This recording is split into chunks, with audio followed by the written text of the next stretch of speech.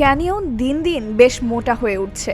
ইস্তাম্বুলের একটি শপিং সেন্টারে থাকা এই ধূসর সাদা বিড়ালটির থাকার ঝুড়িটি একবার চুরি হয়ে গিয়েছিল, আর এই খবর ছড়িয়ে পড়তেই যেন পুরো শহর ভেঙে পড়ে তার ভালোবাসায়। ক্যানিয়ন এখন শুধু অগাধ খাবার আর আদরই পায় না, তার জন্য ভক্তরা উপহার পাঠায় দামি খেলনা, আরামদায়ক ঘর, এমনকি তার নামে খোলা হয়েছে একটি আলাদা ইনস্টাগ্রাম পেজও।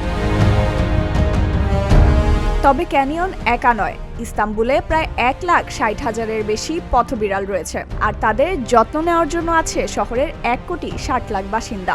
এই শহরে বিড়ালদের দেখাশোনা করা হয় প্রায় ধর্মীয় ভক্তির মতো আবেগ নিয়ে। ইস্তাম্বুলের এশীয় বা ইউরোপীয় অংশ যে কোনো জায়গাতেই এদের রাজকীয় উপস্থিতি। কখনো তারা রেস্তোরাঁর চেয়ার দখল করে ঘুমোচ্ছে, কখনো সুপার শপে আয়েশ করে ঘুরে বেড়াচ্ছে, আবার কখনো বা কাপড়ের দোকানে শো উইন্ডোতে দামি পোশাকের উপর কুণ্ডলি পাকিয়ে শুয়ে আছে।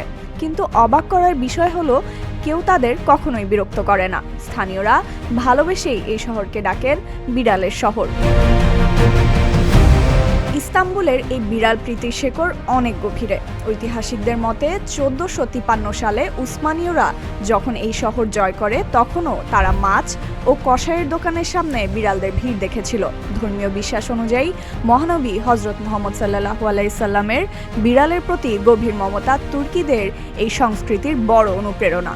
শতাব্দী প্রাচীন তোপকাপি প্রাসাদেও বিড়ালদের চলাচলের জন্য বিশেষ দরজা বা ক্যাট ফ্ল্যাপ এখনও টিকে আছে। বিড়ালকে খাবার দেওয়া এখানে আল্লাহর নামে সদকা হিসেবে দেখা হয়। এই শহরের কিছু বিড়াল তো রীতিমতো ইতিহাসের অংশ, যেমন কাদুকিও এলাকার তম্বিলি, যার হেলান দিয়ে বসার ভঙ্গি ইন্টারনেটে ভাইরাল হয়েছিল। তার মৃত্যুর পর স্থানীয়রা সেখানে ব্রোঞ্জের মূর্তি স্থাপন করেছেন। আবার হাগিয়া সোফিয়ার বিখ্যাত বিড়াল গ্লি, যাকে আদর করেছিলেন খোদ বারাক ওবামা। গ্লির মৃত্যুতে তুর্কি গণমাধ্যমে শোকবার্তা প্রকাশিত হয়েছিল। বর্তমানে এই বিড়ালদের সংখ্যা নিয়ন্ত্রণে সিটি হল গত বছর 43,000-এর বেশি বিড়ালকে নির্বীজ করেছে। কিন্তু অদ্ভুত এক সমস্যা দেখা দিয়েছে বাসিন্দাদের অতিরিক্ত খাবার দেওয়ার অভ্যাসে। শহরটির গভর্নর দাউদ গুল রসিকতা করে বলেছেন, ইস্তাম্বুলে এখন বিড়াল ইঁদুর তাড়া করে না, বরং বিড়ালের পাশেই ইঁদুর বসে একসাথে খাবার খায়। যদিও এখানকার বাসিন্দারা মনে করেন এত বিড়াল আছে বলেই ইস্তাম্বুলে ইঁদুরের উপদ্রব নেই বললেই চলে।